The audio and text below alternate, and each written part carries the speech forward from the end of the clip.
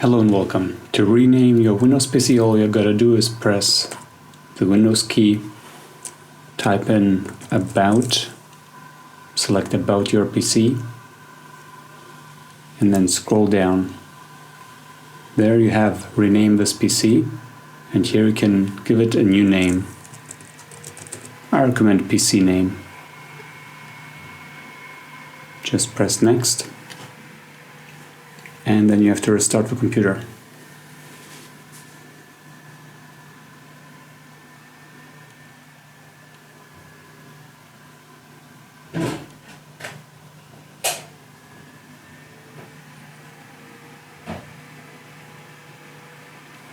Meanwhile, give this video a thumbs up.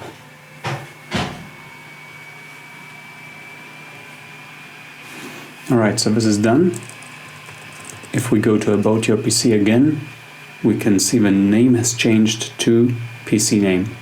And this is how easy it is. Give this video a thumbs up, subscribe to support this channel, and I will see you next time. Until then, ciao!